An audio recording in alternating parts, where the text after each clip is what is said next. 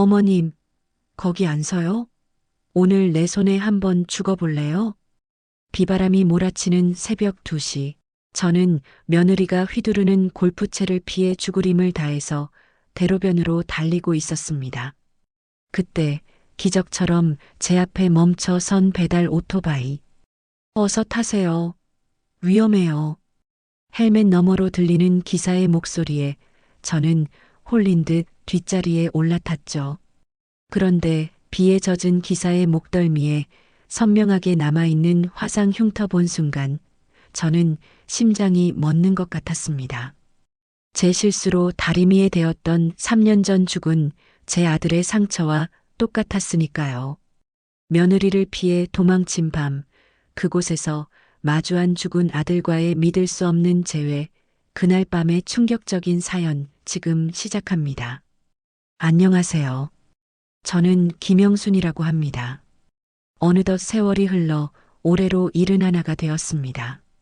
살다 살다 세상에 하나뿐인 며느리 손에 목숨을 잃을 뻔했다면 믿으실지 모르겠어요. 기가 막히고 억장이 무너지는 제 사연을 한번 들어봐 주시겠어요? 하늘이 뚫린 것처럼 비가 억수같이 쏟아지던 그날 밤이었습니다. 거실이 떠나가라 악을 쓰는 며느리 지수의 목소리가 온 집안이 울렸습니다. 어머님, 내 말 안 들려요? 당장 계좌 비밀번호 내놓으라고요. 지수가 식탁이 부서져라 손바닥으로 쾅 내리쳤습니다. 눈에는 서슬퍼런 도끼가 가득 차 있었죠. 그거 제 남편 민우 오빠가 목숨값으로 남긴 돈이잖아요. 당연히 제 거라고요. 이게 무슨 천부당만 부당한 소리냐? 그게 어떻게 네 돈이야? 내 피 같은 노후 자금이다. 저는 후들거리는 다리를 간신히 부여잡고 벽을 짚으며 일어섰습니다. 노후 자금은 무슨, 다 늙은 어머님이 돈 쓸 데가 어디 있다고 욕심을 부려요? 지수는 분을 이기지 못하고 탁자 위에 놓인 묵직한 크리스털 재떨이를 번쩍 집어들었습니다. 순간 등골이 오싹해지며 식은땀이 흘렀죠. 살기 어린 눈빛에 겁이 나 저도 모르게 뒷걸음질을 쳤습니다. 지수야, 제발 진정해라. 우리 말로 하자. 응? 그러니까 좋은 말 할 때 들으라고 했죠? 지수가 기어이 들고 있던 재떨이를 제 쪽으로 냅다 던져버렸습니다. 본능적으로 고개를 숙였고 재떨이는 제 뒤쪽 벽에 쾅 하고 부딪히며 산산조각이 나버렸습니다. 그때 날카로운 파편 하나가 튀어 제 이마를 촥 긁고 지나갔습니다. 이마에서 뜨뜻한 액체가 주르륵 흘러내리는 게 느껴졌습니다. 손을 대보니 시뻘건 피였습니다. 지독한 노인네가 진짜 목숨도 즐겨 죽지도 않고 버티네. 지수가 성큼성큼 현관 쪽으로 걸어가더니 이번엔 골프채를 꺼내 들었습니다. 그때 지수의 눈을 똑똑히 봤습니다. 그건 사람의 눈이 아니었어요. 시퍼런 광기만 번득일 뿐 사람의 정이라고는 눈곱만큼도 찾아볼 수 없었죠. 공포에 질린 저는 뒷걸음질 치다 엉겁결에 베란다 문을 열고 밖으로 뛰쳐나갔습니다. 신발도 신지 못한 맨발이었습니다. 살아야겠다는 생각으로 미친 사람처럼 빗속을 뚫고 달리기 시작했습니다. 뒤에서 지수가 고래고래 소리를 질렀습니다. 어머님, 거기 안 서요? 당장 돌아오세요. 잡히면 가만 안 둬요. 저는 뒤를 돌아볼 엄두조차 나지 않았어요. 그저 잡히면 끝장이라는 생각 하나로 앞만 보고 달렸습니다. 차가운 빗줄기가 제 얼굴을 사정없이 때렸고 거친 아스팔트 바닥이 맨발을 찔러댔지만 아픈 줄도 몰랐습니다. 얼마나 달렸을까요? 숨이 턱 끝까지 차올라 심장이 터질 것만 같았습니다. 다리에 힘이 풀려 그 자리에 주저앉기 직전이었습니다. 그때 어디선가 부르릉거리는 오토바이 엔진 소리가 들려왔습니다. 노란 헤드라이트 불빛이 제 앞에 딱 멈춰 섰습니다. 배달 오토바이였습니다. 헬멧을 쓴 기사가 저를 빤히 쳐다보더군요. 할머니, 괜찮으세요? 비 오는데 무슨 일이세요? 저는 대답할 힘도 없어 다급하게 뒤를 돌아봤습니다. 저만 치서 지수의 차 라이트 불빛이 빗속을 뚫고 무섭게 다가오고 있었기 때문입니다. 제발, 총각, 나 좀 태워줘요. 사람 좀 살려줘요. 기사가 제 피투성이 얼굴을 보더니 다급하게 뒷좌석을 가리켰습니다. 빨리 타세요. 어서요. 저는 비틀거리는 몸을 이끌고 간신히 오토바이 뒷자리에 올라탔습니다. 제가 타자마자 오토바이가 굉음을 내며 출발했습니다. 뒤를 돌아보니 지수의 차가 바로 뒷공무니까지 바짝 따라붙었습니다. 기사가 급하게 핸들을 꺾어 좁은 골목길로 쏜살같이 들어갔습니다. 그런데 비에 젖은 기사의 등에서 묘하게 낯익은 냄새가 훅 끼쳐왔습니다. 포근한 섬유유연제 향기였습니다. 우리 아들 민우가 살았을 때 즐겨 쓰던 바로 그 향기였습니다. 오토바이가 급하게 커브를 돌 때였습니다. 기사의 목덜미가 얼핏 보였는데 헬멧 아래로 드러난 피부에 희미한 화상 자국이 있었습니다. 저는 심장이 쿵하고 내려앉는 것 같았어요. 제 아들의 흉터와 너무나 닮아 있었기 때문이죠. 민우가 7살 때 제가 다림질하다가 실수로 대인 바로 그 상처였습니다. 민우야, 우리 민우가 살아있다면. 저는 떨리는 목소리로 나지막이 혼잣말을 내뱉었습니다. 기사는 아무 대답도 하지 않았죠. 그저 오토바이 속도를 더 높일 뿐이었습니다. 그렇게 한참을 달려 인적이 드문 외곽 지역에 도착했습니다. 녹슨 컨테이너들이 덩그러니 줄지어 서 있는 곳이었습니다. 오토바이가 낡은 컨테이너 앞에 멈춰 섰습니다. 기사가 오토바이에서 내리더니 천천히 헬멧을 벗었습니다. 빗물에 젖은 얼굴이 드러나는 순간 저는 숨이 멎는 줄 알았습니다. 엄마, 민우였습니다.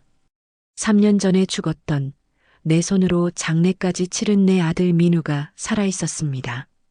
저는 도저히 믿을 수 없어 그 자리에 털썩 주저앉고 말았습니다.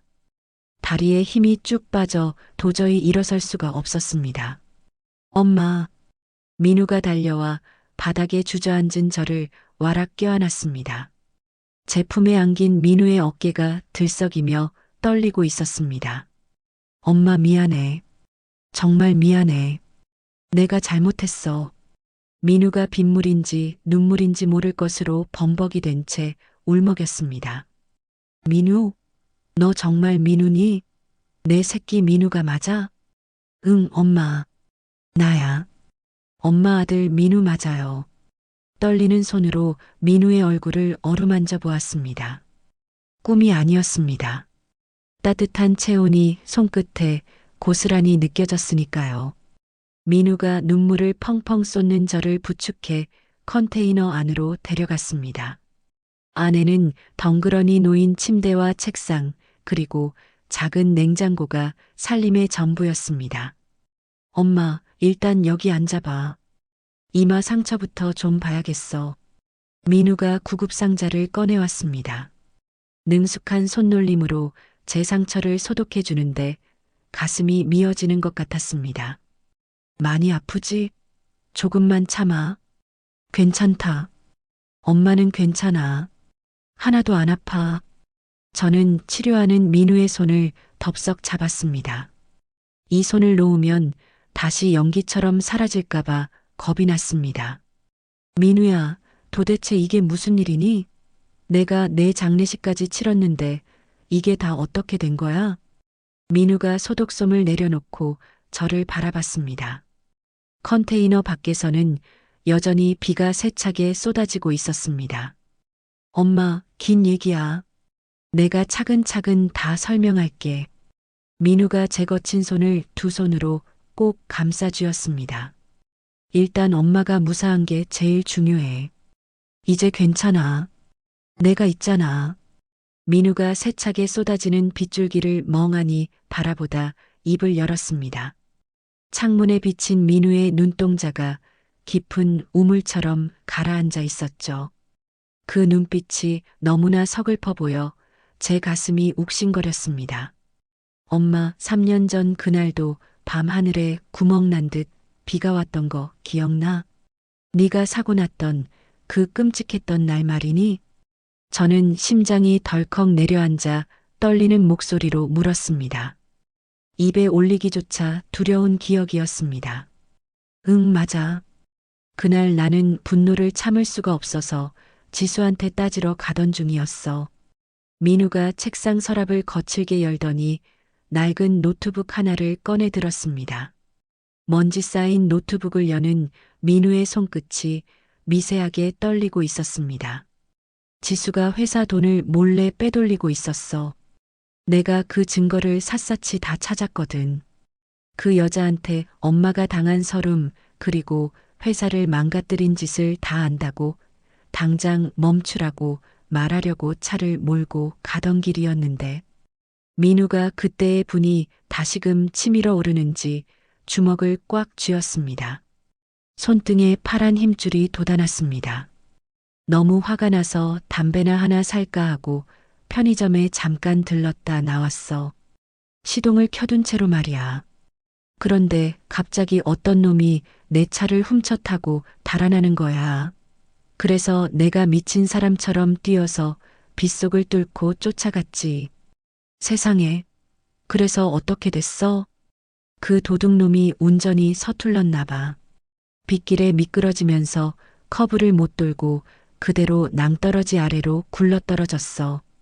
내 눈앞에서 차가 허공으로 날아갔어. 민우가 괴로운 기억을 털어내려는 듯 질끈 눈을 감았다 떴습니다. 차가 낭떠러지에 박히자마자 펑 하고 굉음을 내며 폭발했고 그 폭발 충격에 내가 튕겨나가서 숲속 가시덤불로 처박혔어. 정신을 잃기 직전까지 뜨거운 열기가 느껴졌어. 저는 너무나 놀라 입을 틀어막고 민우의 차가운 손을 꼭 잡았습니다. 손이 얼음장처럼 차가워 제 마음까지 시려왔습니다. 그럼 장례식장에서 본 그 불에 탄 시신은 내 차를 훔쳐 타고 달아난 그놈이었어. 형체도 알아볼 수 없었지. 근데 엄마, 지수는 그게 나인 줄 알았나 봐. 아니, 알면서도 모른 척한 거겠지. 민우가 입꼬리를 비틀며 차갑게 비웃었습니다. 그 웃음 뒤에 감춰진 배신감이 얼마나 클지 감히 짐작조차 할 수 없었습니다. 그 여자가 신원 확인도 제대로 안 하고 바로 화장해 버렸대.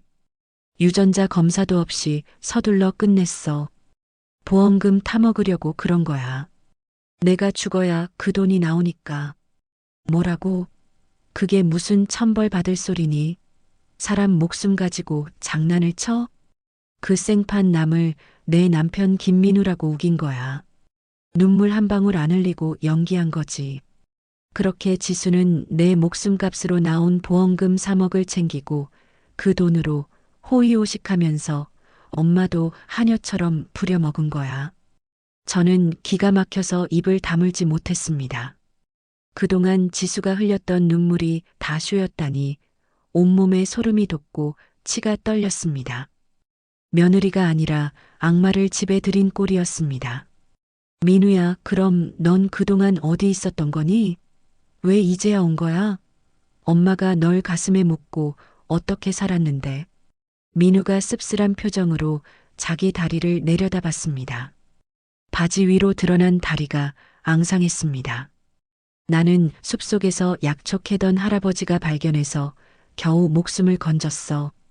근데 머리를 너무 심하게 다쳐서 병원에서 1년 동안이나 눈을 못 떴어.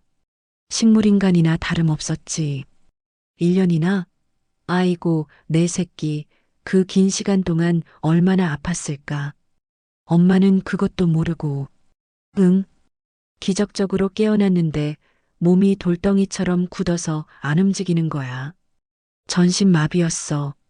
눈동자 말고는 아무것도 움직일 수가 없었어.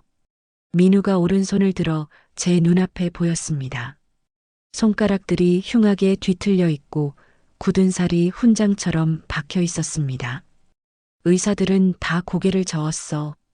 다시는 못 걸을 거라고. 평생 누워 살아야 한다고 포기하라고 했어. 근데 나는 누워 있을 수가 없었어. 천장에 엄마 얼굴이 자꾸만 아른거려서 민우의 목소리가 물기를 머금고 가늘게 떨려왔습니다. 지수가 엄마한테 무슨 짓을 할지 뻔하니까. 그 독한 여자가 엄마를 가만둘 리 없으니까. 그래서 이 악물고 미친 듯이 재활했어. 피눈물을 흘리면서 민우가 감정을 억누르듯 숨을 크게 들이쉬었습니다. 2년 동안 죽으림을 다해서 손가락 하나 까딱하는 것부터 다시 배웠어. 민우가 자리에서 힘겹게 일어나 좁은 방 안을 천천히 걸어 보였습니다. 오른쪽 다리를 꽤 심하게 절뚝거리고 있었지만 그 걸음에는 굳은 의지가 담겨 있었습니다. 아직도 몸이 예전 같지는 않아. 비가 오면 온몸이 쑤셔. 힘든 일은 꿈도 못 꿔. 그래서 겨우 시작한 게 오토바이 배달 일이야. 배달 일을?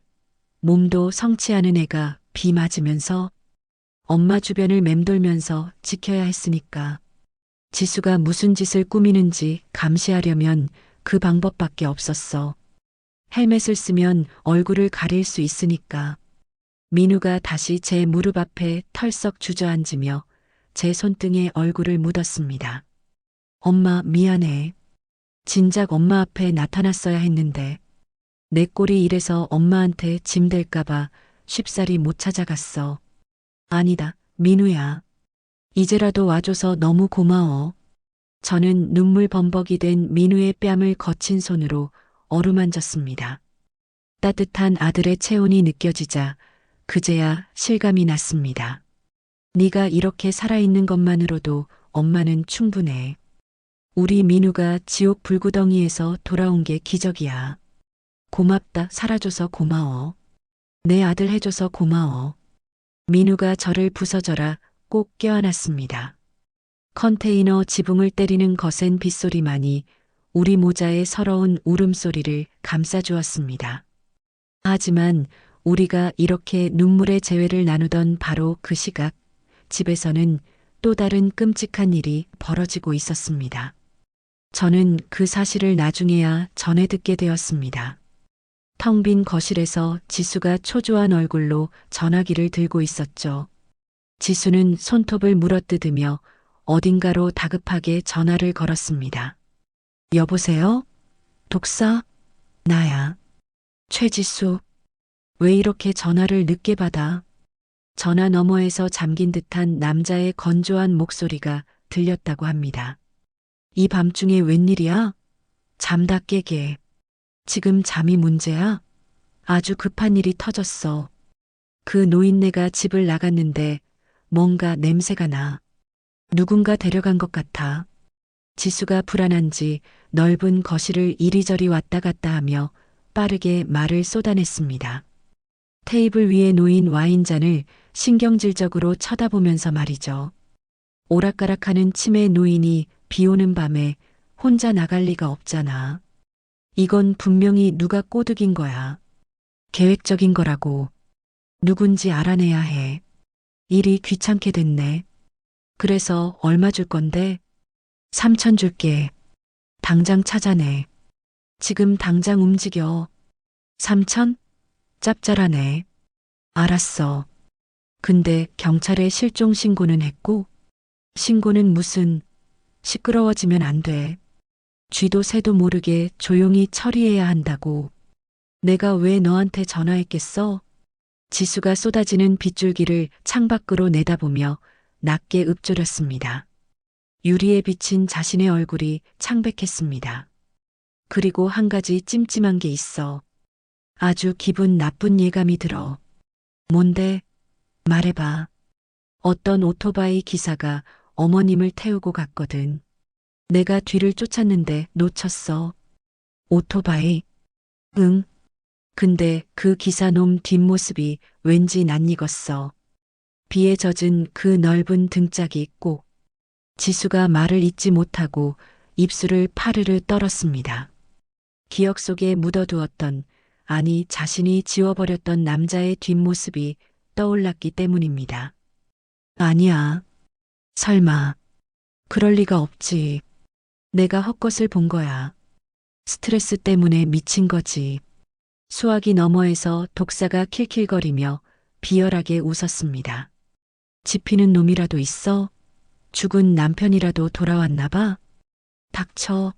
쓸데없는 소리 말고 그냥 빨리 찾기나 해. 근처 CCTV 다 뒤져서 어디로 튀었는지 당장 추적하라고. 알았어, 성질하고는. 내일 아침에 뜨기 전까지 위치 파악해서 연락할게. 전화가 뚝 끊어졌습니다. 지수가 다리에 힘이 풀린 듯 소파에 털썩 주저앉아 헝클어진 머리카락을 쥐어뜯었습니다. 불안감이 독사처럼 그녀의 목을 조여왔습니다. 아니야. 그 인간은 죽었어. 3년 전에 내 눈으로 똑똑히 확인했잖아. 시체까지 다 태워서 가루로 만들었는데 살아있을 리가 없어. 절대 그럴 리가 없어. 지수가 미친 사람처럼 중얼거렸죠. 칠흑 같은 어둠이 깔린 새벽 3시쯤이었을 겁니다. 쪽잠을 자던 민우가 감전된 사람처럼 벌떡 몸을 일으켰어요. 엄마, 쉿. 아무 소리도 내지 마. 민우가 검지를 입에 대더니 창문 틈으로 밖을 내다보았습니다. 어둠 속에서 민우의 눈동자가 매섭게 빛났습니다. 민우야, 왜 그러니? 밖에 누가 온 거야? 차 소리가 들려. 한두 대가 아니야. 민우가 다급하게 방 한쪽 구석에 깔린 매트를 걷어냈습니다.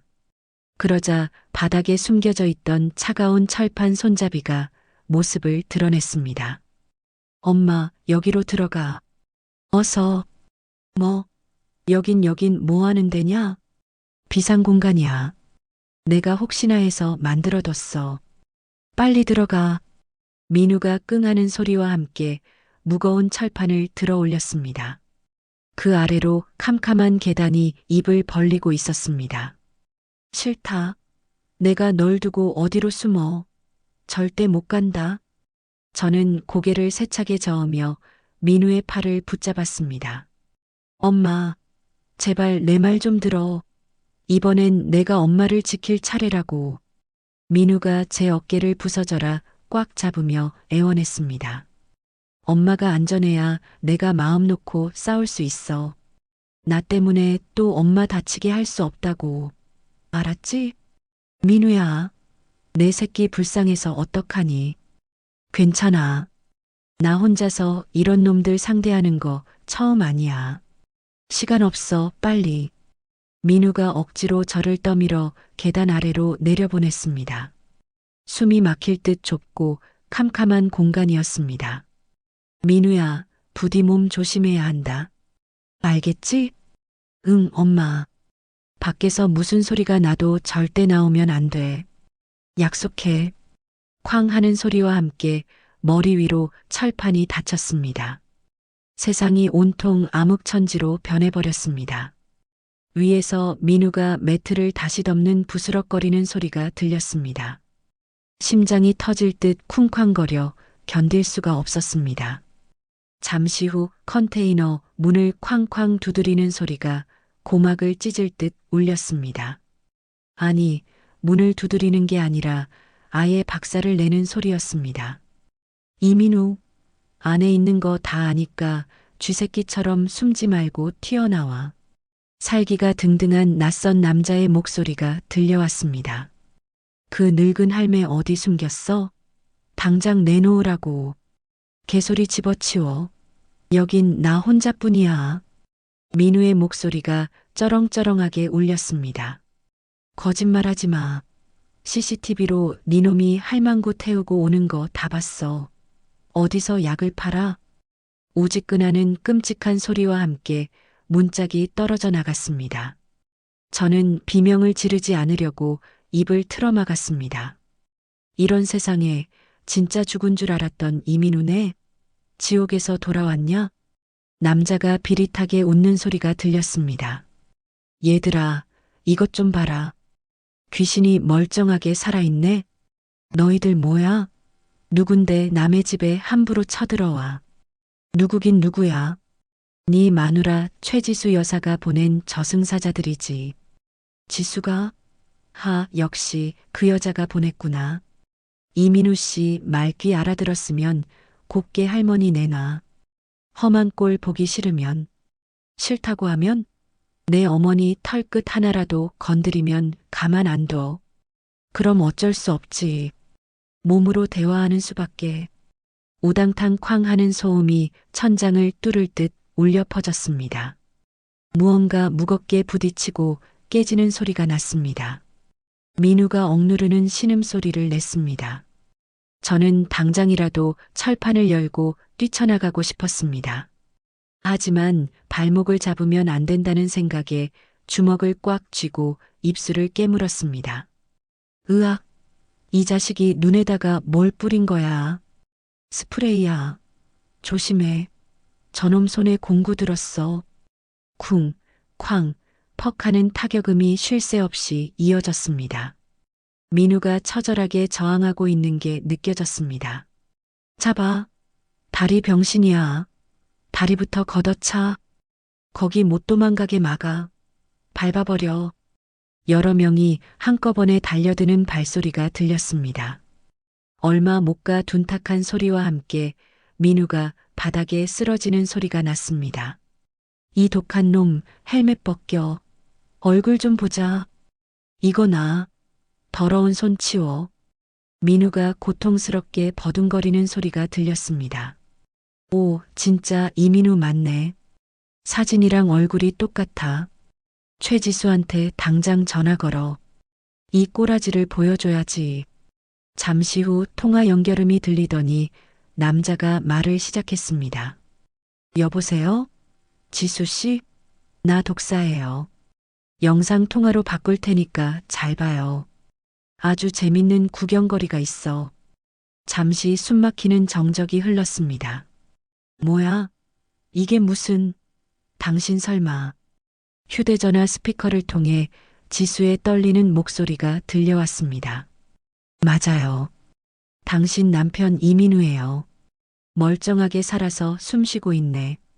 말도 안 돼. 그럴 리가 없어. 그 인간은 3년 전에 죽었어. 내 손으로 장례식까지 치렀단 말이야. 근데 이렇게 눈 시퍼렇게 뜨고 살아있는데요? 내 눈앞에 있잖아. 독사가 킬킬거리며 비웃었습니다. 어떻게 할까요? 시어머니는 쥐구멍에 숨었는지 안 보이는데. 그 늙은 노인네는 나중에 찾아도 돼. 일단 지수가 거칠게 숨을 몰아쉬었습니다. 그 숨소리에 서린 도끼가 바닥 밑까지 전해지는 것 같았습니다. 숨통을 끊어. 당장 죽여버려. 진짜로 죽여서 아무도 모르게 묻어버리라고. 지수가 악을 쓰며 소리쳤습니다. 저는 믿을 수 없는 말에 귀를 의심하며 덜덜 떨었습니다. 세상에 며느리가 자기 남편을 죽이라고 명령하고 있었습니다. 알겠어요. 의뢰인 뜻대로 깨끗하게 처리해드리지. 독사가 전화를 툭 끊었습니다. 야, 새 파이프 가져와. 작업 끝내자. 예, 형님. 민우가 피 섞인 목소리로 말했습니다. 최지순이가 네가 정말 인간이니. 닥쳐, 이민우. 넌 3년 전에 죽었어야 했어. 괜히 살아서 명 재촉하지 말고 가라. 독사가 쇠파이프를 허공에 붕소리 나게 휘둘렀습니다. 저는 터져나오는 비명을 틀어막으며 눈을 질끈 감았습니다. 뜨거운 눈물이 손가락 사이로 줄줄 흘러내렸습니다. 바로 그 순간이었습니다. 쾅! 하는 굉음과 함께 번쩍하는 성광이 터졌습니다. 경찰이다. 꼼짝 마. 전원 손들어. 우르르 하는 소리와 함께 수많은 발소리가 컨테이너 안으로 밀려 들어왔습니다. 뭐야? 짭새들이 어떻게 알고. 독사가 당황해서 소리쳤습니다. 무기 버리고 바닥에 엎드려. 반항하면 쏜다. 으악! 둔탁한 소리와 함께 무언가 바닥에 처박히는 소리가 났습니다. 민우 씨, 이민우 씨, 괜찮습니까? 낯선 남자의 굵직한 목소리가 들렸습니다. 강 형사님, 민우가 안도한 듯 힘없이 대답했습니다. 타이밍 딱 맞춰왔네요. 조금만 늦었으면 큰일 날 뻔했습니다. 어머님은요? 어머님 어디 계십니까? 바닥 밑에요. 안전해요. 다행이군요. 팀장, 바닥 밑 확인해서 할머니 모셔. 끼익 하는 소리와 함께 철판이 열렸습니다. 눈부신 손전등 불빛이 쏟아져 들어왔습니다. 할머니, 이제 안심하셔도 됩니다. 경찰입니다. 손잡으세요. 젊은 경찰관이 제게 손을 내밀었습니다. 저는 그 손을 생명줄처럼 잡고 밖으로 기어 나왔습니다. 난장판이 된 방 한가운데 민우가 주저앉아 있었습니다. 입술이 터지고 얼굴이 퉁퉁 부어 피가 흐르고 있었죠. 민우야, 내 새끼. 저는 신발도 없는 발로 달려가 민우를 와락 끌어안았습니다. 엄마 괜찮아. 나 진짜 괜찮아. 울지 마. 민우가 피 묻은 손으로 제 손을 꼭 잡았습니다. 한쪽 구석에서는 독사와 그 일당들이 줄줄이 굴비 엮이듯 수갑을 차고 있었습니다. 그때 키가 훤칠한 40대 남자가 우리 쪽으로 다가왔습니다. 처음 뵙겠습니다, 어머님. 저는 서울지방경찰청 강태민 형사입니다. 강 형사가 정중하게 고개를 숙였습니다. 형사 양반, 이게 다 어떻게 된 일이오? 어떻게 알고 왔소? 민우 씨 몸에 위치 추적기를 심어놨었습니다. 3년 전부터요. 3년 전부터라니? 그게 무슨 소리요? 네. 사실 3년 전 사고 현장에서 민우 씨를 구조한 게 접니다. 강 형사가 안쓰러운 눈빛으로 민우를 바라보았습니다. 그때 사고가 너무 수상했습니다. 최지수 씨가 남편 시신 확인도 거부하고 번갯불에 콩 볶듯 화장을 해버리더군요. 그래서요? 그래서 어떻게 하셨어요? 비밀리에 조사를 시작했죠. 팠더니 경찰 내부 간부놈이 최지수 뒤를 봐주고 있더라고요. 섣불리 움직일 수가 없었습니다. 강 형사가 팔짱을 끼며 결의에 찬 표정을 지었습니다. 그래서 민우 씨를 죽은 사람으로 위장해 숨겨야 했습니다. 확실한 물증을 잡을 때까지요. 물증이라니요? 네. 바로 오늘 밤입니다. 독사가 최지수에게 살인 교사하는 통화 내용, 토시 하나 안 빠지고 전부 녹음됐습니다. 강 형사가 흔들고 있는 휴대전화를 보여주며 씩 웃었습니다. 이제 최지수를 올가맬 완벽한 덫이 완성됐습니다. 빠져나갈 구멍은 없습니다. 민우가 고개를 들어 강 형사를 보았습니다. 정말입니까? 이제 지수를 법의 심판대에 세울 수 있는 겁니까? 네. 이제 정말 끝입니다. 그동안 고생 많으셨습니다. 강 형사의 든든한 말에 저는 민우의 손을 더 꽉 움켜쥐었습니다. 길고 길었던 지옥 같은 악몽이 드디어 끝나가고 있었습니다. 다음 날 아침 일찍 강 형사가 차를 몰고 왔습니다. 강 형사의 표정이 한결 밝아 보였습니다. 어머님, 민우 씨, 어서 타세요. 두 분이 지내실 아주 안전한 곳으로 모시겠습니다. 저희는 강 형사의 차를 타고 시내 한복판에 있는 번듯한 아파트로 향했습니다. 겉보기에는 평범해 보이는 아파트였지만 들어가는 입구부터 보안이 철저했습니다. 강 형사님, 여기가 어딘가요? 우리가 이런 좋은 데 있어도 되는 겁니까? 안전가옥입니다. 중요한 증인을 보호하는 곳이니 안심하고 계셔도 됩니다. 강 형사가 비밀번호를 누르고 문을 활짝 열었습니다. 집 안에는 단정한 차림의 50대 여자분이 기다리고 계셨습니다. 어서 오세요. 기다리고 있었습니다. 박선영 변호사입니다. 박 변호사가 환하게 웃으며 제게 악수를 청했습니다. 변호사님이요? 우리 같은 사람들한테 변호사라니요. 네. 강 형사님한테 사정 다 전해 들었습니다. 제가 돕겠습니다. 박 변호사가 우리를 푹신한 소파에 앉혔습니다. 따뜻한 차를 한 잔씩 내주며 박 변호사가 입을 열었습니다. 김영순 어머님, 그리고 이민우 씨. 이제 최지수를 상대로 전쟁을 시작해야 합니다. 전쟁이라니요, 소송을 하자는 말씀입니까? 저는 찻잔을 쥔 손이 떨려 목소리조차 제대로 나오지 않았습니다. 네, 맞습니다. 횡령, 보험 사기, 그리고 살인 미수까지 싹 다 엮어서 고소할 겁니다. 콩밥을 먹여야죠. 그런데 변호사님 염치 없지만 저희는 지금 가진 돈이 한 푼도 없습니다. 돈 걱정은 하덜덜 마세요. 수임료는 10원 한 장 안 받습니다. 무료로 해드릴게요. 박 변호사가 의미심장한 미소를 지었습니다. 사실은 저도 최지수 그 여자한테 갚아줄 빚이 좀 있거든요. 네, 그게 무슨 말씀이신지.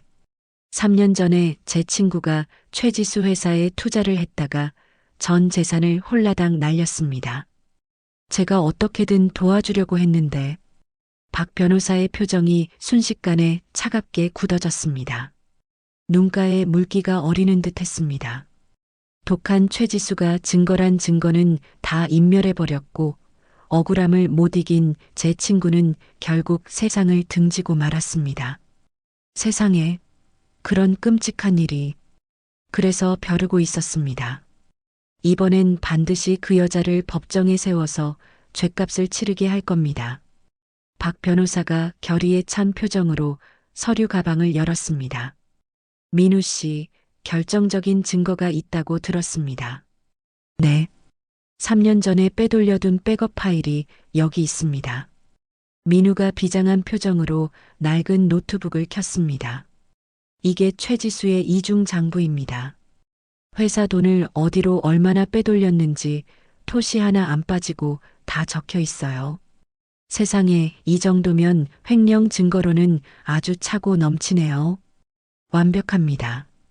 박 변호사가 모니터 화면을 뚫어져라 쳐다보며 감탄했습니다.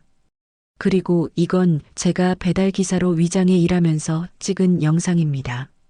민우가 주머니에서 핸드폰을 꺼냈습니다. 화면에는 지수가 저를 짐승대하듯 학대하고 때리는 장면이 적나라하게 재생되었습니다. 제 늙고 초라한 모습이 화면 가득 비치자 차마 눈 뜨고 볼 수가 없어 고개를 돌려버렸습니다. 가슴 한구석이 욱신거려 견딜 수가 없었습니다. 이 정도면 충분합니다. 판사가 봐도 기가 막힐 겁니다. 게다가 어젯밤 독사놈과의 통화 녹음까지 있으니 게임 끝났네요. 박 변호사가 확신에 찬 눈빛으로 강 형사를 바라봤습니다. 네. 살인 청부한 육성 증거도 확실하게 확보했습니다. 이제 빠져나갈 구멍은 없습니다. 강 형사도 고개를 끄덕이며 힘주어 말했습니다. 어머님, 이제 이 고소장에 도장만 꾹 찍으시면 됩니다. 그럼 시작입니다. 박 변호사가 두툼한 서류 뭉치를 제 앞으로 내밀었습니다. 저는 서류를 받아들었습니다. 종이 한 장이 어찌나 무겁게 느껴지던지 손이 사시나무 떨듯 떨렸습니다. 엄마, 괜찮아? 할 수 있겠어? 민우가 제 떨리는 손을 따뜻하게 감싸주었습니다. 응, 괜찮다. 내 손으로 끝내야지. 저는 품속에서 낡은 도장을 꺼냈습니다. 그리고 온 힘을 다해 서류 위에 꾹 눌러 찍었습니다. 인주밥이 선명하게 찍히는 걸 보니 10년 묵은 체증이 내려가는 것 같았습니다. 좋아요. 이제 최지수를 법정 계우멍으로 끌어낼 수 있습니다. 박 변호사가 흡족한 표정으로 서류를 챙겼습니다. 강 형사님, 출국 금지는 어떻게 됐나요? 오늘 중으로 바로 신청 들어갑니다. 최지수 그 여자, 이제 공항 근처에는 얼씬도 못할 겁니다. 그날 오후 저희는 안전가옥에서 모처럼 편안한 휴식을 취했습니다. 민우는 거실 한쪽에서 땀을 뻘뻘 흘리며 재활 운동을 하고 있었죠. 민우야, 너무 무리하지 마라. 그러다 또 다칠라. 괜찮아, 엄마. 법정에 서려면 두 다리로 당당하게 서야지. 그래야 엄마 지키지. 민우가 이를 악물고 앉았다 일어서기를 반복했습니다. 이마에 송글송글 맺힌 땀방울이 보석처럼 빛나 보였습니다. 우리 민우가 정말 씩씩하구나. 장하다, 내 아들. 저는 수건으로 민우의 흐르는 땀을 정성껏 닦아주었습니다. 같은 시각 우리 집에서는 지수가 미친 사람처럼 전화기를 들여다보고 있었다고 합니다. 이 빌어먹을 독사 새끼는 왜 연락이 안 되는 거야? 돈 받아 처먹고 튀었나?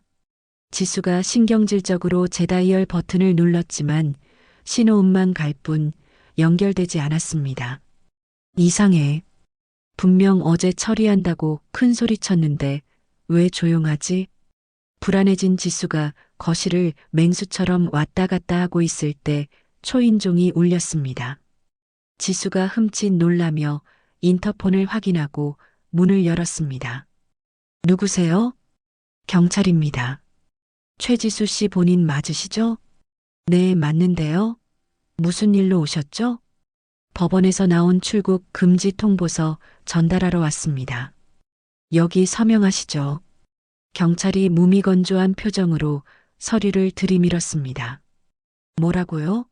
출국 금지요? 내가 왜요? 내가 범죄자라도 돼요? 자세한 건 서류 읽어보시면 압니다. 수사 협조 바랍니다. 경찰이 볼일 끝났다는 듯 뒤도 안 돌아보고 가버렸습니다. 지수가 떨리는 손으로 서류를 읽어내려가더니 얼굴이 백지장처럼 하얗게 질려버렸습니다. 김영순? 그 늙은이가 날 고소해. 이게 말이 돼? 노망난 노인네가 어떻게? 지수가 다리에 힘이 풀려 소파에 털썩 주저앉았습니다. 아니야, 이민우는 죽었어. 분명히 죽었다고. 내가 시체까지 확인했는데 이게 무슨 귀신 신나락 까먹는 소리야? 지수가 넋나간 사람처럼 중얼거렸습니다. 하지만 등줄기를 타고 오르는 서늘한 공포는 점점 그녀의 목을 조여오고 있었죠. 그렇게 폭풍전야 같은 일주일이 지났습니다. 드디어 결전의 날인 재판 날짜가 잡혔습니다. 엄마, 나 잠깐 밖에 좀 나갔다 올게. 어디 가려고? 위험하게. 시장 좀 다녀오려고. 입고 갈 옷도 좀 사고. 저는 얼른 장바구니를 챙겨 들고 민우를 따라 나섰습니다. 민우가 볼일을 보러 간 사이 저는 시장통에 있는 양복점에 들어갔습니다. 어서 오세요, 어르신. 뭐 찾으시는 거라도 있으세요? 주인 아저씨가 친절하게 물었습니다. 우리 아들 입힐 정장 한 벌 해주려고요. 여기 있는 것 중에 제일 좋고 비싼 걸로 보여주세요. 아드님이요? 나이가 어떻게 되는데요? 35입니다. 아주 잘생겼어요. 아이고, 한창 때네. 이쪽으로 오세요. 아주 때깔 좋은 놈으로 골라드릴게. 저는 윤기가 흐르는 검은색 정장을 골랐습니다. 우리 민우가 입으면 모델 뺨치게 어울릴 것 같았습니다. 집에 돌아오니 민우가 검은 비닐봉지를 주섬주섬 꺼내더군요. 엄마, 이거 봐라. 내가 오는 길에 약국에서 염색약 사왔어. 염색약? 그건 뭐하러? 응. 엄마 흰 머리 좀 염색해 주려고. 내일 중요한 날이잖아. 괜찮다. 늙은이가 무슨 주책이라고 그냥 둬도 돼. 안 돼. 우리 엄마 젊고 예뻐 보여야지. 재판장에서 기죽지 말고 당당하려면 꽃단장해야 해. 민우가 아이처럼 해맑게 웃었습니다. 저는 못 이기는 척 욕실 의자에 앉았습니다. 민우가 익숙하지 않은 손길로 조심스럽게 제 머리에 염색약을 발라주었습니다. 따갑거나 아프면 바로 말해. 살살 할게. 하나도 안 아파. 우리 아들 손이 약손이네. 솜씨가 아주 좋아. 엄마가 나 어렸을 때 맨날 머리 감겨줬던 거 생각난다. 나도 엄마한테 꼭 해주고 싶었어. 민우의 목소리가 물기를 머금고 부드럽게 귓가를 울렸습니다. 30분 후 저는 떨리는 마음으로 거울을 봤습니다. 하얗게 샜던 머리가 까마귀 깃털처럼 검게 변해 있었습니다. 어때, 엄마? 진짜 10년은 젊어 보이지? 딴 사람 같네. 그래, 진짜 그렇구나. 훨씬 낫다. 내 아들 덕분에 회춘했네. 저는 흐뭇하게 웃으며 민우에게 사온 정장 봉지를 건넸습니다. 이건 또 뭐야? 너 입으라고 샀다. 내일 멋지게 입고 나가야지. 얼른 입어봐라. 민우가 정장을 꺼내 입고 나왔습니다. 말끔하게 차려입은 모습을 보니 눈이 부실 지경이었습니다. 아이고, 인물이 훤하다. 우리 아들 진짜 잘생겼네. 고마워, 엄마. 옷이 날개라더니 진짜 좋네. 저희 모자는 나란히 전신 거울 앞에 섰습니다. 검게 염색해 생기가 도는 제 얼굴과 늠름한 정장 차림의 민우가 거울 속에 있었습니다. 엄마, 우리 내일 재판장에서 절대 기죽지 말자. 꼭 이기자. 그래. 이제 더 이상 숨지도 피하지도 않을 거야. 본때를 보여주자. 저는 굳은 살 박인 민우의 손을 꽉 잡았습니다. 거울 속에 비친 우리는 더 이상 도망치던 약한 사람들이 아니었습니다. 어느덧 야속한 시간은 흘러 민우의 3주기 제삿날이 돌아왔습니다. 우리 집 거실에는 아침부터 친척들이 하나둘 모여 북적거리고 있었습니다. 방 안에서 들려오는 가증스러운 목소리에 기가 차서 말이 안 나오더군요. 아이고, 우리 형수님. 오늘 음식 장만하느라 고생 많으셨어요. 몸도 약하신데. 민우의 친척 동생 내외가 지수에게 위로 건네는 소리가 들렸습니다. 아니에요, 도련님. 우리 불쌍한 민우 오빠를 위해서라면 이 정도는 당연하죠. 오빠가 좋아하던 음식들로만 차렸어요. 지수가 눈물을 훔치는 신용을 하며 코맹맹이 소리를 냈습니다. 머리끝부터 발끝까지 검은 상복을 차려입고 세상에서 제일 슬픈 미망인 연기를 하고 있더군요. 그나저나 어머님은 어디 계세요? 제삿날인데 안 보이시네. 아, 어머님은 요즘 기력이 많이 쇠하시고 정신도 오락가락하셔서 며칠 전에 공기 좋은 요양원으로 모셨어요. 지수가 눈 하나 깜짝 안 하고 천연덕스럽게 거짓말을 늘어놓았습니다. 저런 쯧쯧. 그러시구나. 혼자 남은 형님도 참 딱하고 불쌍하시지. 저는 현관문 밖에서 그 뻔뻔한 대화를 듣고 치를 떨었습니다. 옆에 서 있던 민우가 제 어깨를 감싸쥐었습니다. 비장한 눈빛이었습니다. 엄마, 준비됐어? 그래. 이제 들어가서 끝장을 보자. 저는 심호흡을 한번 크게 하고 현관문을 벌컥 열어젖혔습니다. 쾅 소리가 나도록 문이 열리자 거실에 있던 사람들의 시선이 일제히 쏠렸습니다. 저는 당당하게 신발을 벗고 거실로 성큼성큼 걸어 들어갔습니다. 어머님? 아니, 어머님이 왜 여기? 지수가 귀신이라도 본 듯 쏘스라치게 놀라 자리에서 벌떡 일어났습니다. 내 집 내가 들어오는데 허락이라도 받아야 하니? 왜 내가 오면 안 될 곳이라도 왔냐? 아니, 그게 아니라 분명 요양원에 계셔야 할 분이. 누가 그런 새빨간 거짓말을 주둥이에 올리든?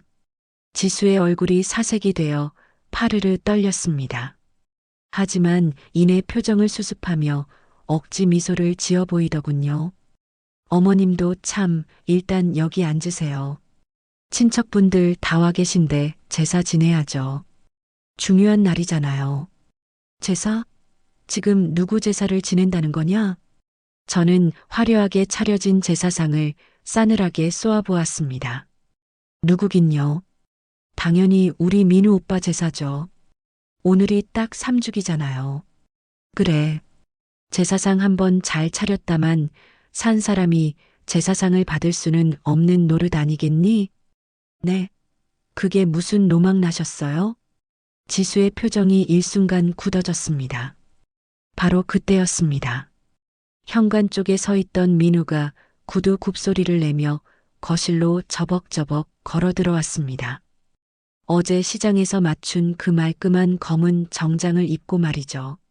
내 제사상은 내가 직접 치우러 왔어. 민우의 목소리가 거실을 쩌렁쩌렁하게 울렸습니다. 으악! 지수가 비명을 지르며 뒷걸음질 치다 제사상 모서리에 부딪혔습니다. 와르르 하는 소리와 함께 녹그릇과 음식들이 바닥으로 쏟아져 난장판이 되었습니다. 민우 형님 아니야? 친척 동생이 눈을 부릅뜨고 입을 다물지 못했습니다. 세상에. 이게 누구야? 형님? 죽은 형님이 살아 돌아오신 거예요? 그래, 나야. 나 살아 있었어. 민우가 엉망이 된 제사상 앞에 떡하니 섰습니다. 살아있는 사람이 제단 앞에 서니 분위기가 찬물을 끼얹은 듯 싸해졌습니다. 아니야. 말도 안 돼. 저 사람 가짜야. 지수가 악을 쓰며 소리쳤습니다. 민우 오빠는 죽었어. 3년 전에 내 눈앞에서 죽어서 잿더미가 됐다고. 저건 사기꾼이야. 너 혼자 제발 죽으라고 빌고 또 빌었겠지. 민우가 지수를 똑바로 노려보며 차갑게 내뱉었습니다. 제가 참지 못하고 앞으로 나섰습니다. 가슴속에서 천불이 올라왔습니다. 이 못된 물건이 그동안 시어미인 저한테 무슨 짓을 했는지 아십니까? 어머님, 제발 입 좀 다무세요. 무슨 헛소리를 하시려고. 매일같이 나를 짐승 취급하며 때리고 밥도 굶기고 저 좁은 방구석에 가둬놨습니다. 제 목소리가 분노로 부들부들 떨렸습니다. 게다가 죽은 줄 알았던 민우가 남긴 돈이며 보험금까지 싹 다 가로채고 내 노후 자금까지 뺏으려고 했어요. 형수님, 그게 다 사실이에요? 민우의 친척 동생이 믿을 수 없다는 표정으로 지수를 쳐다봤습니다. 아니에요. 다 거짓말이에요. 저 노인네가 치매가 와서 헛소리하는 거라고요. 지수가 미친 사람처럼 고개를 세차게 흔들어댔습니다. 거짓말? 네가 한 짓이 낱낱이 찍힌 증거가 여기 있는데도. 민우가 품에서 휴대폰을 꺼내 들었습니다. 다들 여기 화면 좀 봐주세요. 이 여자의 진짜 얼굴을 보여드리죠. 민우가 동영상 재생 버튼을 눌렀습니다. 휴대폰 화면 속에서 지수가 저에게 물건을 던지고 발길질을 하며 폭언을 퍼붓는 장면이 적나라하게 흘러나왔습니다. 아이고, 세상에 저게 뭐야? 사람 맞아? 형수님, 어떻게 시어머니한테 저런 짓을. 친척들이 경악하며 수군거렸습니다. 안 돼. 그거 당장 끄라고. 지수가 이성을 잃고 민우에게 달려들어 휴대폰을 뺏으려 했습니다. 그때 현관문이 다시 한번 활짝 열리며 낯익은 목소리가 들려왔습니다. 최지수 씨, 당신을 체포합니다. 강 형사와 경찰들이 들이닥쳤습니다. 뭐라고요? 당신들 뭐야?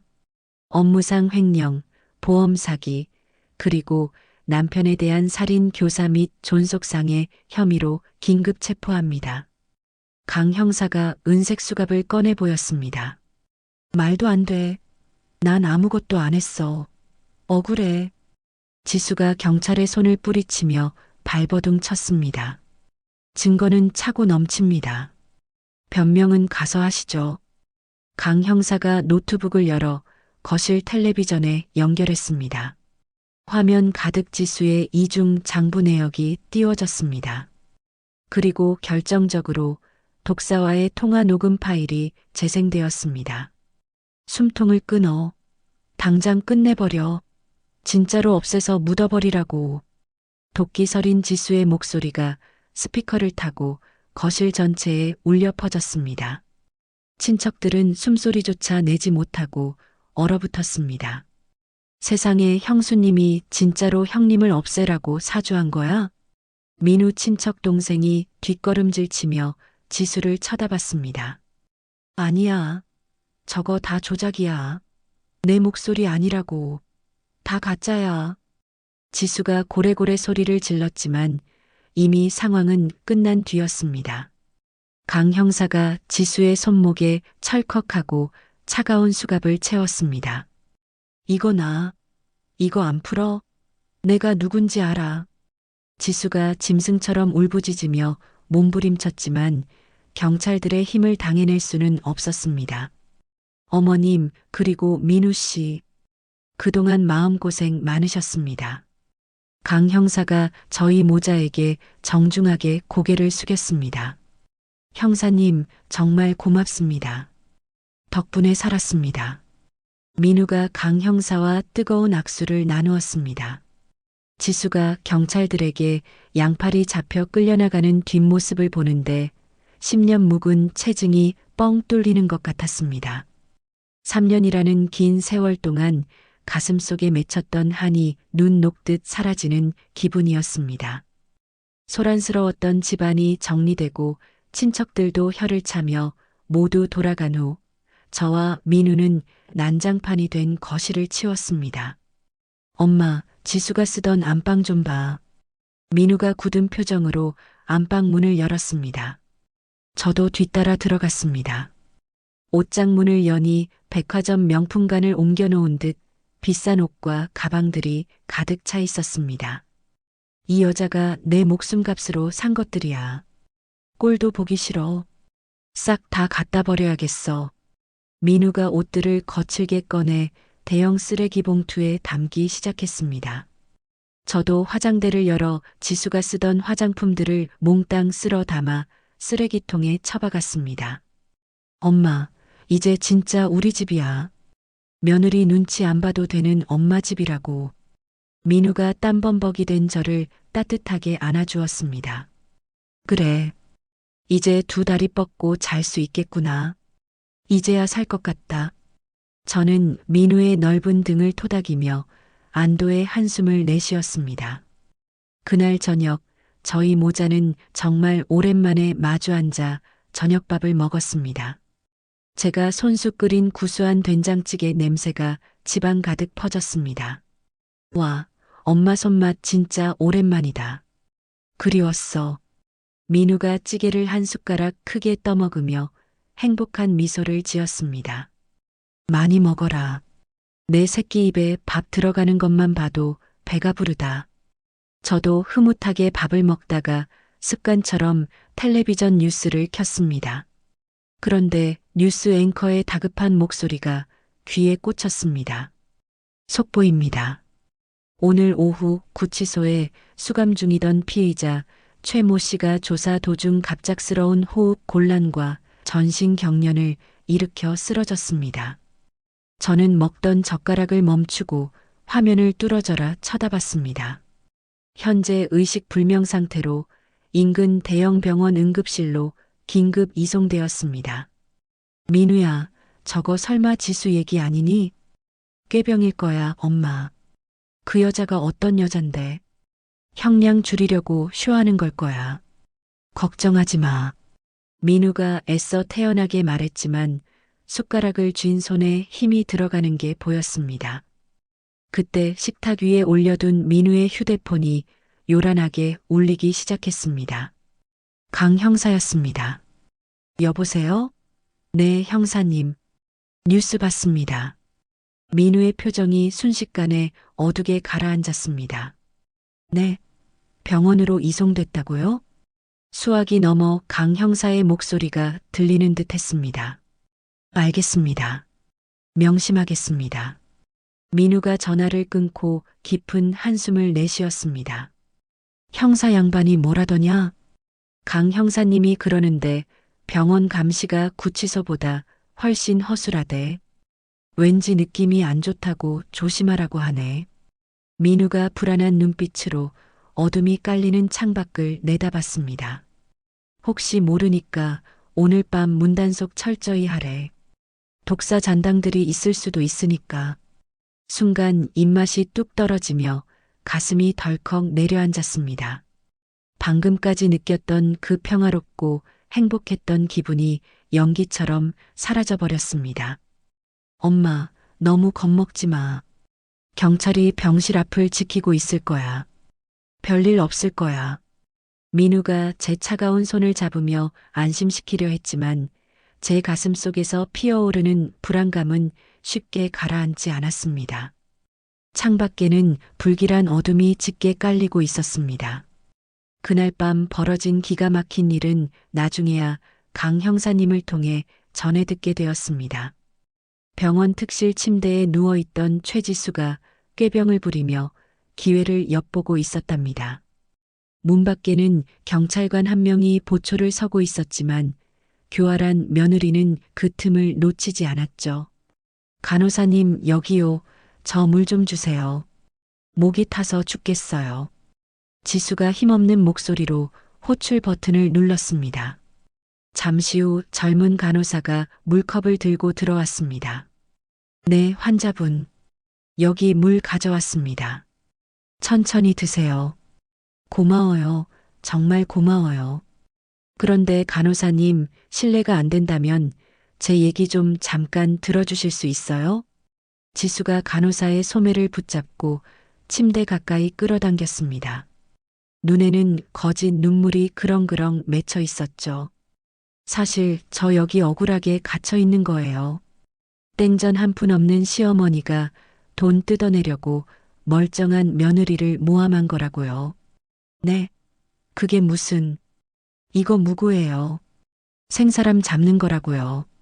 그래서 부탁인데 저 좀 제발 도와주세요. 이 은혜는 평생 안 잊을게요. 지수가 이불 속에 숨겨뒀던 두툼한 돈 봉투를 슬그머니 내밀었습니다. 이게 뭐예요? 500만 원이에요. 적지만 제 성의예요. 그냥 눈 딱 한 번만 감아주세요. 간호사가 망설이는 기색을 보이자 지수가 봉투를 손에 쥐어주며 속삭였습니다. 어려운 거 아니에요. 화장실 천장에 있는 환풍구 뚜껑, 그거 하나만 열어주면 돼요. 나머지는 제가 다 알아서 할게요. 하지만 밖에 경찰이 지키고 있는데. 괜찮아요. 아무도 모르게 할 테니까. 제발요, 사람 하나 살리는 셈 치고 도와주세요. 결국 돈에 눈이 먼 간호사가 넘어가고 말았습니다. 30분 뒤 지수는 화장실로 들어갔고 간호사가 미리 열어둔 환풍구를 통해 쥐새끼처럼 빠져나갔습니다. 환자복 위에 미리 준비해둔 검은 비옷을 걸치고 말이죠. 1시간이나 지나서야 뒤늦게 병원에 도착한 강 형사님이 사태를 파악했습니다. 최지수 환자 병실이 어디죠? 당장 확인해야겠습니다. 3층 301호입니다만 무슨 일이시죠? 느낌이 쎄합니다. 당장 가봐야겠어요. 강 형사님이 계단을 뛰어 올라가 병실 문을 벌컥 열었습니다. 하지만 침대는 이미 싸늘하게 비어 있었습니다. 뭐야? 환자 어디 갔어? 이봐요, 환자 어디 갔습니까? 졸고 있던 문 밖에 경찰이 화들짝 놀라 뛰어들어왔습니다. 방금 전까지 침대에 있었는데요. 화장실 갔나?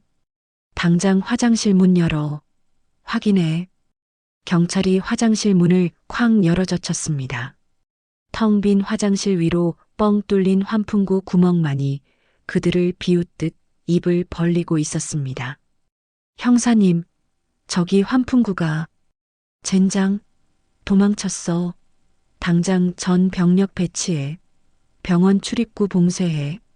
강 형사님이 다급하게 무전기에 대고 소리를 질렀습니다. 하지만 그때 저는 집에서 민우와 따뜻한 차를 마시며 폭풍전야의 평화를 누리고 있었습니다. 엄마, 너무 걱정하지 마. 강 형사님이 꼼꼼한 분이니까 병실 앞을 철통같이 지키고 있을 거야. 그래도 자꾸만 가슴이 쿵쾅거리고 불안하구나. 영 마음이 놓이질 않아. 저는 찻잔을 내려놓고 창밖을 내다봤습니다. 검은 유리창 너머로 빗방울이 사정없이 들이치고 있었습니다. 비가 오네. 밤 되니까 더 세차게 쏟아지는구나.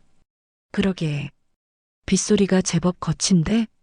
창문 단속 좀 해야겠다. 민우가 일어나 창문을 꽉 닫았습니다. 바로 그 순간이었습니다. 팍 하는 소리와 함께 집안의 모든 불이 꺼져버렸습니다. 칠흑 같은 어둠이 순식간에 집을 삼켜버렸죠. 뭐야? 정전인가?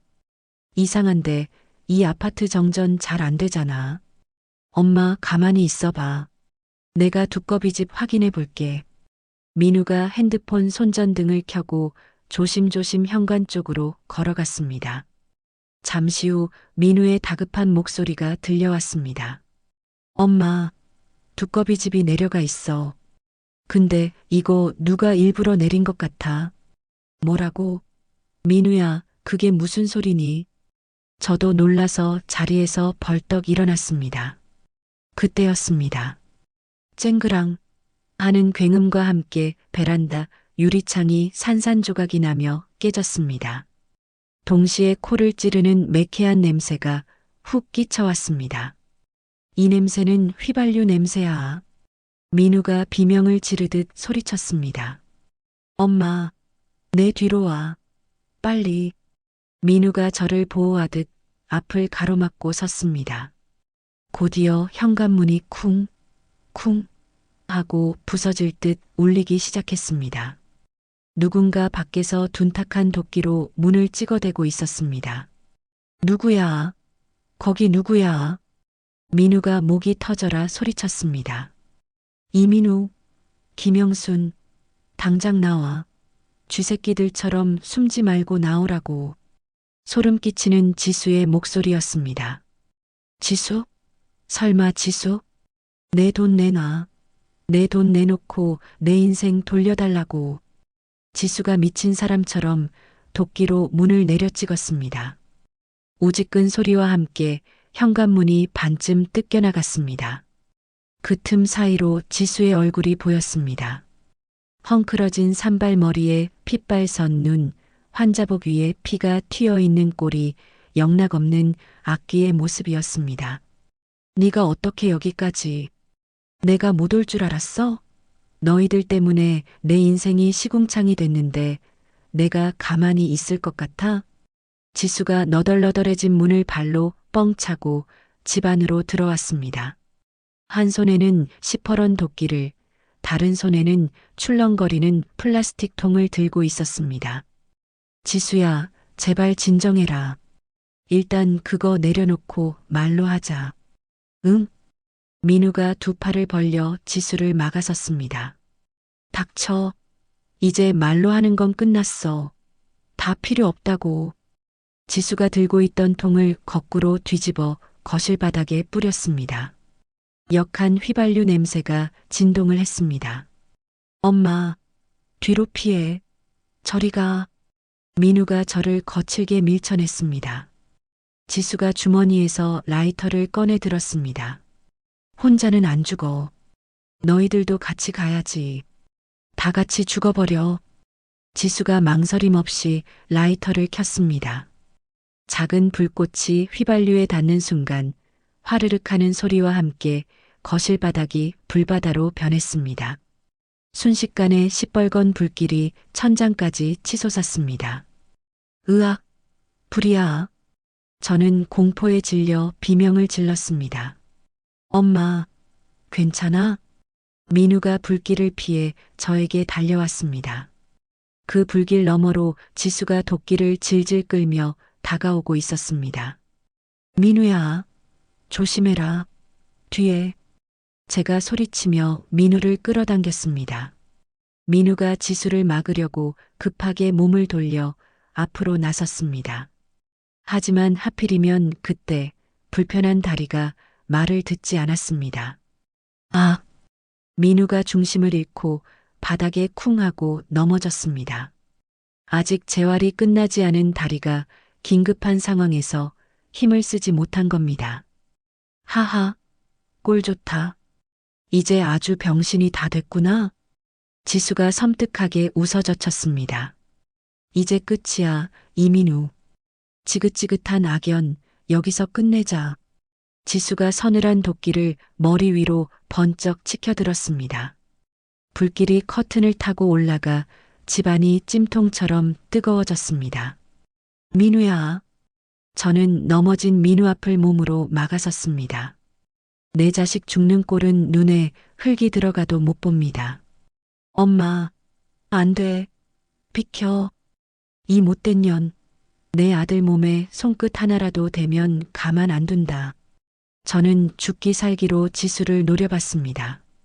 하지만 지수의 눈에는 이미 이성이라고는 눈곱만큼도 남아있지 않았습니다.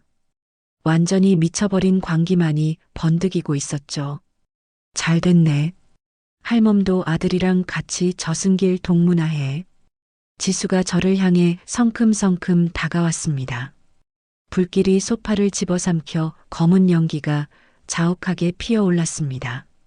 저는 뒷걸음질 치다 부엌 싱크대에 엉덩이가 닿았습니다.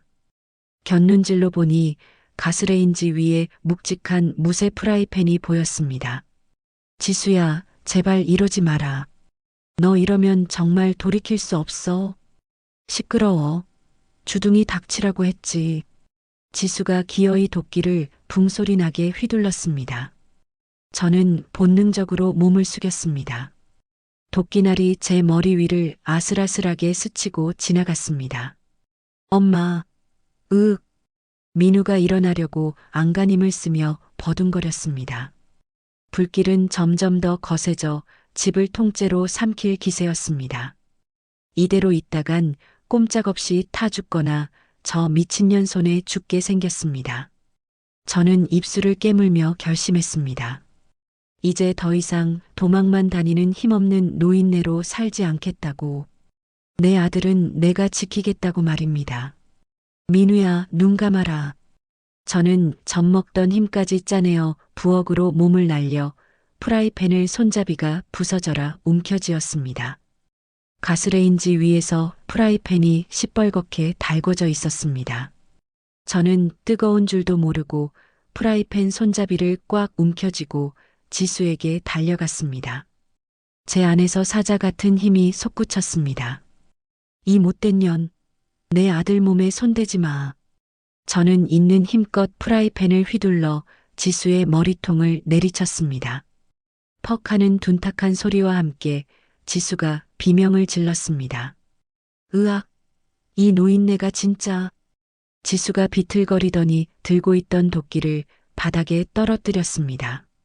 하지만 도끼가 바짝 오른 지수는 곧바로 저에게 짐승처럼 달려들었습니다.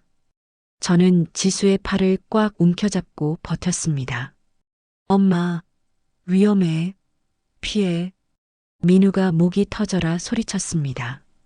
지수가 제 머리채를 휘어잡고 사정없이 흔들어댔습니다. 머리카락이 숭숭 빠지는 것 같았지만 저는 이를 악물고 버텼습니다. 나, 이거 안 나? 늙은 게 힘만 세 가지고.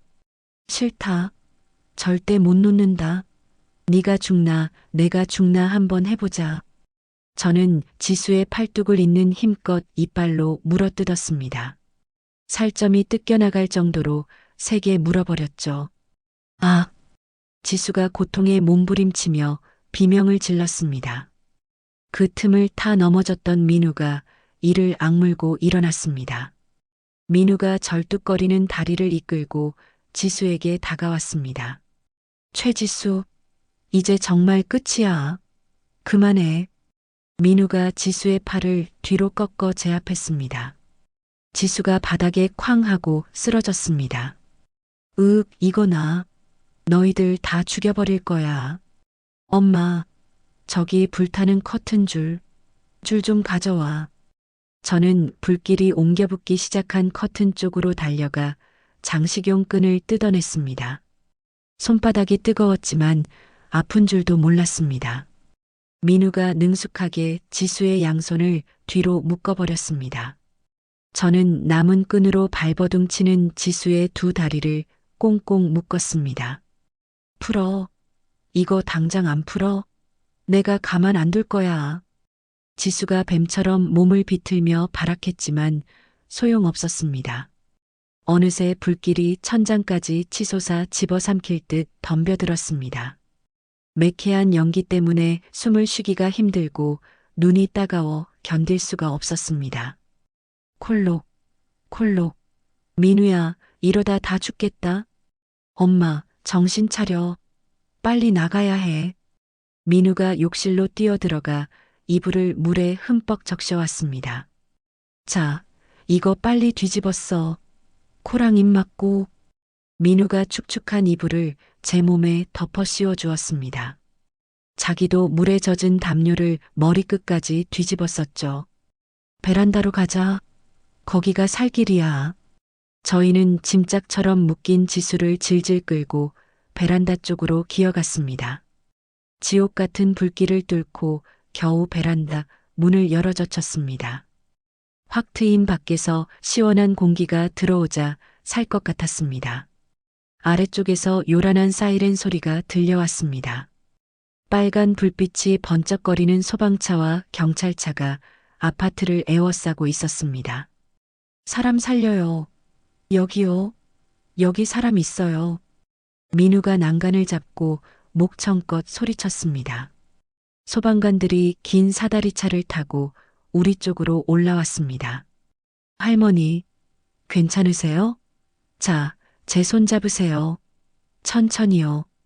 소방관이 저를 안아서 안전하게 사다리차로 옮겨주었습니다. 민우도 지수를 끌고 뒤따라 내려왔습니다. 땅에 발을 디디자마자 강 형사님이 득달같이 달려왔습니다. 어머님, 민우 씨, 무사하십니까? 다친 데는 없으세요? 네, 콜록. 저희는 괜찮아요.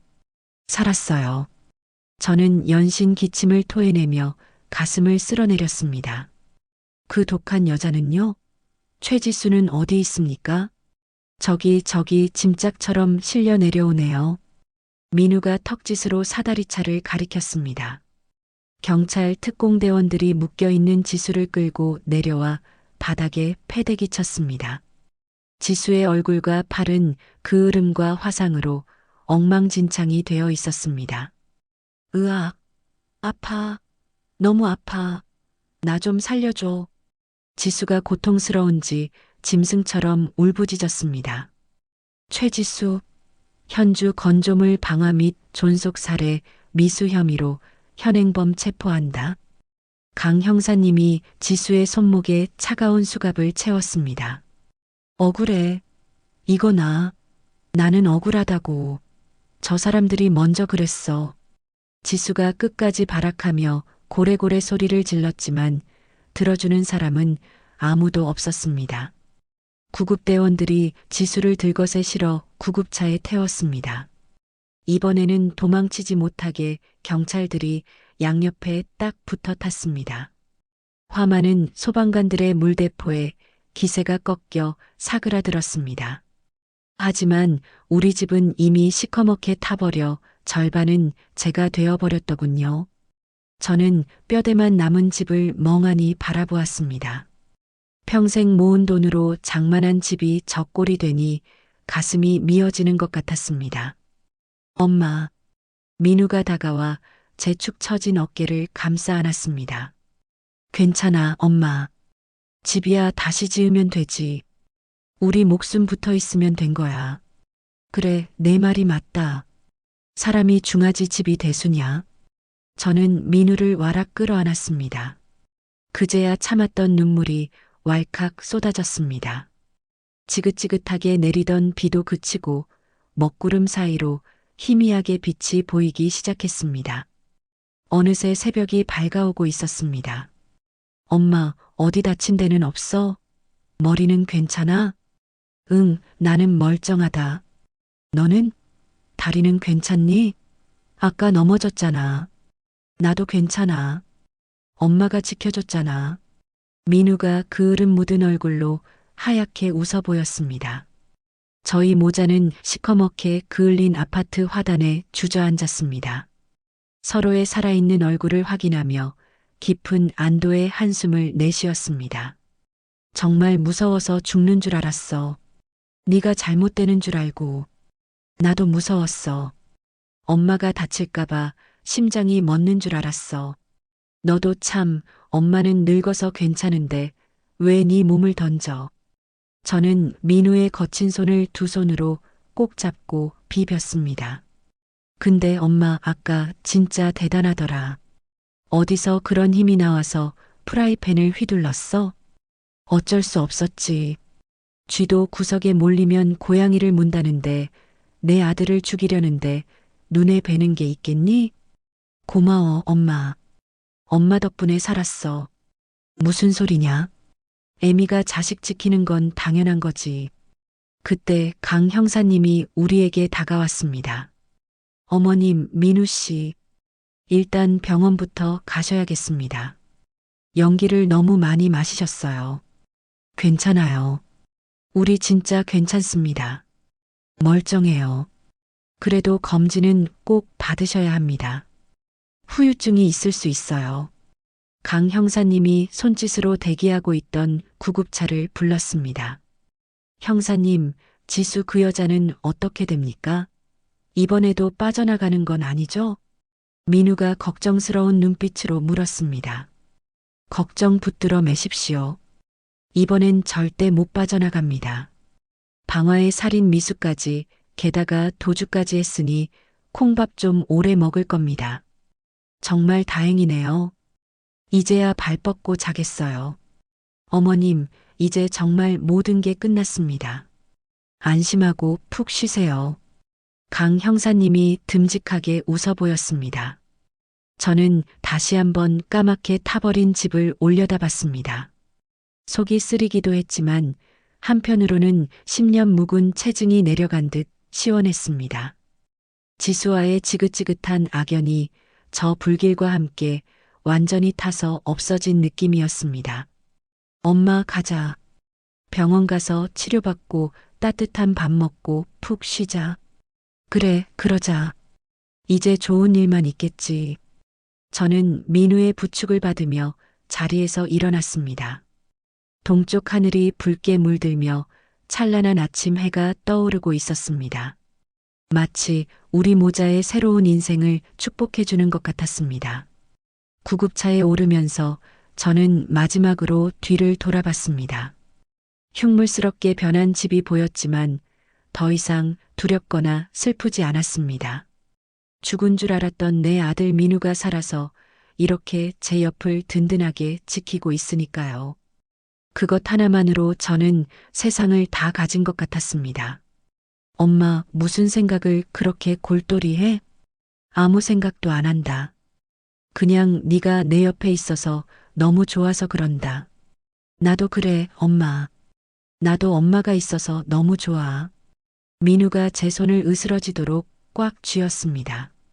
구급차가 요란한 소리를 내지 않고 부드럽게 출발했습니다. 차창 밖으로 눈부신 햇살이 쏟아져 들어왔습니다. 길고 길었던 지옥 같은 악몽이 드디어 끝이 났습니다. 이제 우리 앞에는 평화롭고 따뜻한 날들만 남았습니다.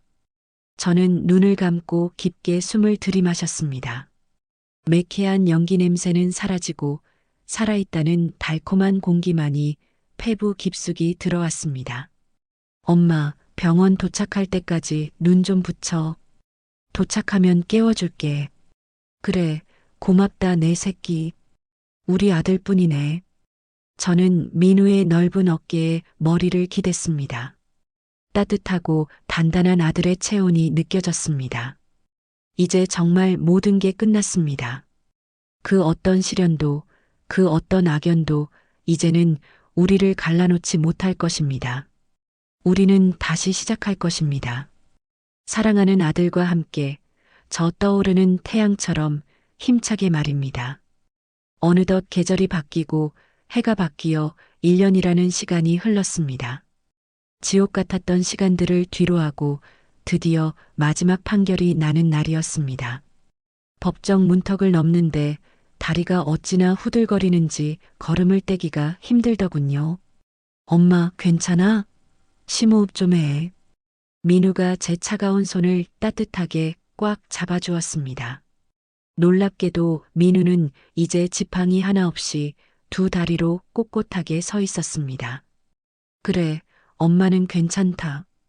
네가 옆에 있는데 무서울 게 뭐 있겠니? 저희는 떨리는 마음을 다잡고 방청석에 나란히 앉았습니다. 고마운 강 형사님과 박 변호사님도 우리 곁을 든든하게 지켜주셨습니다. 어머님, 너무 긴장하지 마세요. 곧 정의로운 판결이 나올 겁니다. 박 변호사님이 확신에 찬 목소리로 제 어깨를 다독여 주었습니다.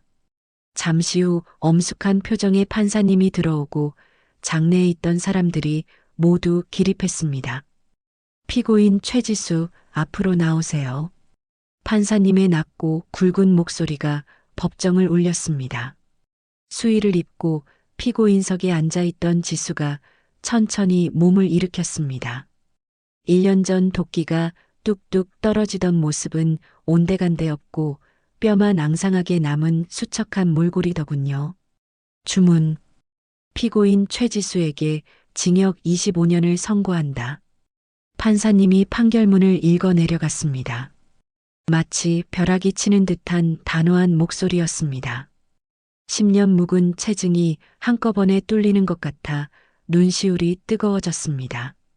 안 돼. 말도 안 돼. 25년이라니. 난 억울해요. 판결을 듣자마자 지수가 미친 사람처럼 고래고래 소리를 지르기 시작했습니다. 조용히 하세요. 법정에서 소란 피우면 안 됩니다. 판사님, 이거 다 모함이에요. 저는 정당방위였다고요. 저 늙은이가 절 죽이려고 했다고요. 지수가 악을 쓰며 난동을 부리기 시작했습니다. 법정 경위들이 달려들어 지수의 양팔을 결박했습니다. 이거 나 놓으라고. 내가 누군지 알아? 난 억울해. 억울하다고. 지수가 짐승처럼 발버둥 쳤지만 건장한 경위들에게 질질 끌려나갔습니다. 닫히는 문 너머로 지수의 절규가 희미하게 사라졌습니다. 판사님이 의사봉을 탕탕 두드렸습니다. 끝났네, 엄마. 진짜 다 끝났어. 그래, 내 새끼. 이제 정말 끝났구나. 이제야 살 것 같다.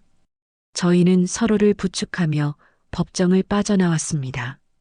밖으로 나오니 강 형사님이 웃으며 손을 내밀었습니다. 어머님, 그동안 마음고생 정말 많으셨습니다. 이제 두 다리 뻗고 주무세요. 형사님, 이 은혜를 어떻게 갚아야 할지 정말 고맙습니다. 형사님 덕분에 살았습니다. 민우 씨도 정말 수고했어요. 이제 나쁜 일은 다 잊고 평화롭게 사세요. 네, 형사님. 평생 잊지 않겠습니다. 정말 감사합니다. 박 변호사님도 따뜻한 미소로 인사를 건넸습니다. 할머니, 이제 꽃길만 걸으세요. 좋은 일만 가득하길 바랍니다. 변호사님도 건강하세요. 복 받으실 거예요. 감사한 분들과 작별 인사를 나누고 법원 계단을 천천히 내려왔습니다. 유난히 햇살이 따사롭고 바람이 부드럽게 느껴졌습니다. 세상이 이렇게 밝고 아름다운 줄 예전엔 미처 몰랐습니다. 엄마, 긴장 풀리니까 배고프지 않아? 그러게. 속이 후련해서 그런가 갑자기 허기가 지네. 우리 가게 가서 맛있는 거 해 먹자. 내가 엄마 좋아하는 거 해줄게. 그래, 얼른 가자. 우리 가게로. 민우가 제 팔짱을 다정하게 꼈습니다. 절뚝거림 없이 씩씩하게 걷는 아들의 걸음걸이를 보니 가슴이 벅차올랐습니다. 민우야, 이제 다리는 완전히 나은 거니? 안 아파? 응. 엄마 지키려고 내가 얼마나 피나게 재활 운동했게. 이제 뛰어다녀도 멀쩡해. 아이고, 우리 아들 정말 장하고 대견하다. 저희는 버스를 타고 우리 모자의 소중한 일터로 향했습니다. 6개월 전에 시장통에 문을 연 작은 반찬 가게였습니다. 간판 이름은 햇살 반찬이라고 지었죠. 우리의 앞날에 햇살만 비추기를 바라는 마음에서였습니다. 다녀왔습니다. 햇살 반찬입니다. 민우가 힘차게 문을 열고 들어갔습니다. 고소한 참기름 냄새가 가게 안에 가득했습니다. 가게 한쪽 선반에는 예쁜 화분 하나가 놓여 있었는데 그 화분 받침대가 바로 민우가 쓰던 배달 헬멧이었습니다. 그날 밤 빗속에서 저를 구해주었던 민우의 땀과 눈물이 밴 그 헬멧 말이죠. 엄마, 나 옷 갈아입고 앞치마 할게. 조금만 쉬고 있어. 쉬긴 뭘 쉬어. 배고픈데 얼른 김치찌개부터 끓여야지. 저는 익숙한 손길로 주방으로 들어가 앞치마를 둘렀습니다. 냉장고에서 신선한 재료들을 꺼내 썰기 시작했습니다. 그때 딸랑하고 맑은 종소리가 울리며 문이 열렸습니다. 어서 오세요. 맛있는 반찬 많습니다. 민우가 특유의 살가운 목소리로 손님을 맞이했습니다. 아이고, 총각 사장님. 오늘도 일찍 왔네. 우리 가게 단골이신 옆집 쌀가게 할머니였습니다. 어르신 오셨어요? 오늘 겉절이 아주 기가 막히게 담갔어요. 맛 좀 보실래요? 그래. 총각네 엄마 솜씨야 믿고 먹지. 겉절이 하나 줘봐. 네, 넉넉하게 담아드릴게요. 잠깐만요. 민우가 싹싹하게 김치통을 꺼내 담는 모습을 주방 너머로 지켜봤습니다. 저 녀석이 언제 저렇게 장사꾼이 다 됐나 싶어 가슴이 몽글몽글해졌습니다. 어머니, 여기 찌개에 두부 좀 팍팍 넣어주세요. 배고파 죽겠어요. 알았다, 이 녀석아. 고기도 듬뿍 넣어주마. 보글보글 끓어오르는 찌개 소리가 마치 행복을 끓이는 소리처럼 들렸습니다. 엄마, 찌개 냄새 죽인다. 냄새만 맡아도 침 넘어가. 조금만 기다려라. 금방 된다. 저녁 시간이 되자 퇴근길 손님들이 하나둘 가게로 몰려들기 시작했습니다. 민우 씨, 저번에 사간 멸치볶음 정말 맛있었어요. 애들이 그것만 찾아요. 감사합니다. 우리 어머니 손맛이 좀 특별하죠? 어머니는 건강하시죠? 요즘 얼굴이 훤하시네. 네, 덕분에 아주 건강하세요. 웃을 일만 있어서 그런가 봐요. 민우가 싱글벙글 웃으며 손님들을 응대했습니다. 좁은 가게가 손님들의 온기로 가득 찼습니다. 엄마, 손님 밀린다. 바빠, 바빠. 그래, 바쁜 게 좋은 거지. 천천히 해라. 저는 신이 나서 부지런히 반찬을 팩에 담았습니다. 몸은 고단했지만 마음은 깃털처럼 가벼웠습니다. 한바탕 전쟁 같은 저녁 시간이 지나고 손님들이 모두 돌아갔습니다. 다시 조용해진 가게에 평온함이 찾아왔습니다. 오늘도 진짜 수고했어, 엄마. 민우가 의자에 털썩 앉으며 땀을 닦았습니다. 너도 고생 많았다. 다리 아프진 않고? 저는 민우 옆에 앉아 아들의 다리를 주물러 주었습니다. 엄마, 아까 법정에서 지수 끌려가는 거 봤을 때 기분이 어땠어? 글쎄다, 예전엔 미워 죽겠더니 막상 그렇게 되니까 아무 느낌도 안 들더라. 그냥 남의 일 같았어. 나도 그랬어. 이제 내 마음속에서 그 여자는 완전히 지워진 것 같아. 그래. 이제 정말 악연의 고리가 끊어진 게지. 저는 창밖을 내다봤습니다. 붉은 노을이 시장 골목을 아름답게 물들이고 있었습니다. 민우야, 엄마가 너한테 참 미안하다. 에이, 갑자기 또 왜 그래? 뭐가 미안해? 네가 사람을 잘못 본 게 아니라 내가 며느리를 잘못 들여서 내 인생을 꼬이게 한 것 같아서. 엄마 잘못 아니야. 내가 눈이 멀었던 거지. 그런 소리 하지 마. 민우가 제 거친 손을 꼭 잡고 눈을 맞췄습니다. 그래도 나 엄마 덕분에 살았잖아. 그때 불 속에서 엄마가 프라이팬으로 그 여자 머리 안 쳤으면 우리 둘 다 큰일 났을걸. 하하, 그러게 말이다. 내가 어디서 그런 힘이 났는지 나도 모르겠다. 저희 모자는 서로를 마주보며 한바탕 웃음을 터뜨렸습니다. 엄마, 우리 기념으로 사진 한 장 찍을까? 사진? 이 늙은이가 무슨 사진을 찍어. 쑥스럽게. 오늘같이 좋은 날 남겨야지. 얼른 나와봐. 민우가 휴대폰을 꺼내 들고 저를 가게 앞으로 이끌었습니다. 햇살 반찬이라는 간판 불빛이 환하게 켜져 있었습니다. 자, 여기 보세요. 김치 하나, 둘, 셋. 찰칵하는 소리와 함께 민우가 셀카를 찍었습니다. 사진 속에 환하게 웃고 있는 우리 두 사람의 모습이 담겼습니다. 주름진 제 얼굴도 흉터가 남은 민우의 얼굴도 세상에서 가장 행복해 보였습니다. 우와, 진짜 잘 나왔다. 엄마, 우리 되게 행복해 보인다. 그러게. 웃으니까 참 보기 좋구나. 당연하지. 우리가 얼마나 행복한데. 민우가 소중하게 사진을 저장했습니다. 저는 밤하늘을 올려다보았습니다. 어느새 별들이 하나둘 떠올라 반짝이고 있었습니다. 3년 전 맨발로 빗속을 달리며 절망했던 그날 밤이 주마등처럼 스쳐 지나갔습니다. 매일 맞고 굶고 공포에 떨었던 지옥 같은 날들이 거짓말처럼 느껴졌습니다. 죽은 줄 알았던 아들이 살아 돌아왔고 이제 우리는 이렇게 나란히 서 있습니다. 비록 작은 반찬 가게지만 우리 둘이 힘을 합쳐 꾸려가는 이 소중한 공간이 저에게는 천국이었습니다. 엄마, 무슨 생각을 그렇게 해? 아무것도 아니다. 그냥 지금이 너무 좋아서 그런다. 꿈만 같아서. 나도 그래, 엄마. 꿈이 아니라 진짜라서 너무 좋아. 민우가 제 어깨에 머리를 기대며 어리광을 피웠습니다. 저는 다 큰 아들의 머리를 쓰다듬어 주었습니다. 가족을 지킨다는 것, 일상을 되찾는다는 것이 얼마나 힘들고 고통스러운 과정이었는지 모릅니다. 하지만 그 대가는 이렇게나 달콤하고 따뜻했습니다. 함께 웃고 함께 밥을 먹고 서로의 체온을 느낄 수 있는 이 평범한 하루가 바로 기적이었습니다. 민우야, 내일도 손님 많이 올까? 당연하지. 엄마 손맛 보려고 줄을 설걸?